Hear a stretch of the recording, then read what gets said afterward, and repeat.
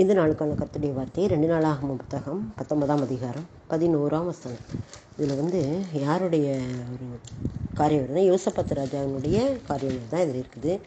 நீங்கள் திடமனதாக இருந்து காரியங்களை நடத்துங்கள், உத்தமனுக்கு கர்த்தர் துணை என்றான். ஆண்டவர் சொல்வார், யோசபாத் சொல்வார், மக்களை பார்த்து ஜனங்களை பார்த்து சொல்வார், நீங்கள் விக்கிரக ஆராதனைலாம் விக்கிரக தோப்புகளெல்லாம் என்ன செய்யணும், தேசத்தை விட்டு அகற்றிடணும், உங்கள் இருதயத்தை ஆண்டவருக்கு நேராக திருப்பணும் அப்படின்னு கர்த்தருக்கு பயப்படுற பயம் உங்களிடத்துல இருக்கணும். எச்சரிக்கையாக நடந்துக்கோங்க, காரியத்தை எச்சரிக்கையாக இருந்து நடத்துங்க. ஆண்டவரிடத்துல அநியாயம் கிடையாது, முகத்தாட்சியம் கிடையாது, பரிதானம் கிடையாது. அதனால் நீங்கள் என்ன செய்யுங்க, எந்த ஒரு இதை விசாரிக்கும் போதும் ஆண்டவருக்கு உண்மையோடு உத்தம இதயத்தோடு நீங்கள் என்ன செய்ய நடந்து அந்த காரியங்களை விசாரிக்கணும். அதனால் நீங்கள் என்ன செய்ய மாட்டீங்க, அப்படி நீங்கள் செய்கிறீங்கன்னா பழி உங்கள் மேலே சுமராது. அதனால் நீங்கள் என்ன பண்ணுங்கள், உத்தமனாக இருங்க. நீங்கள் உத்தமனாக இருக்கிறதுனால நீங்கள் திடமனதாக இருந்து காரியத்தை நடத்தும் போது உங்களுக்கு கர்த்தர் துணையாக இருக்கிறாரு அப்படிங்கிறாரு. உத்தமனுக்கு கர்த்தர் துணை, நீங்கள் திடமனதாக இருந்து காரியங்களை நடத்துங்கள். இப்போது உண்மையுள்ள மனுஷன் பரிபூர்ண ஆசீர்வாதங்களை பெறுவான் அப்படின்னு ஒரு வசனம் இருக்குது. நம்ம எந்த காரியத்திலும் உண்மையாக இருந்தோம்னா நம்ம எதுக்கும் பயப்பட வேண்டிய அவசியமே இல்லை.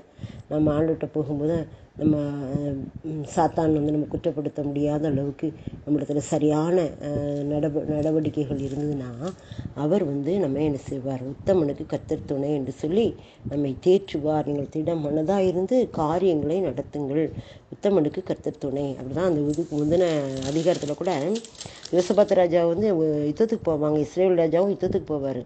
இஸ்ரேல் ராஜா யோசபாத்தை பார்த்து சொல்லுவார், நான் வேஷம் மாதிரி யுத்தத்துக்குள்ளே பிரவேசிப்பேன், நீர் ராஜவஸ்திரம் தரித்துக்கணும் அப்படின்னு சொல்லுவார். அவர் தப்பிக்கிறதுக்கு இவருக்கு ராஜவஸ்திரம் தரிச்சிருவார்.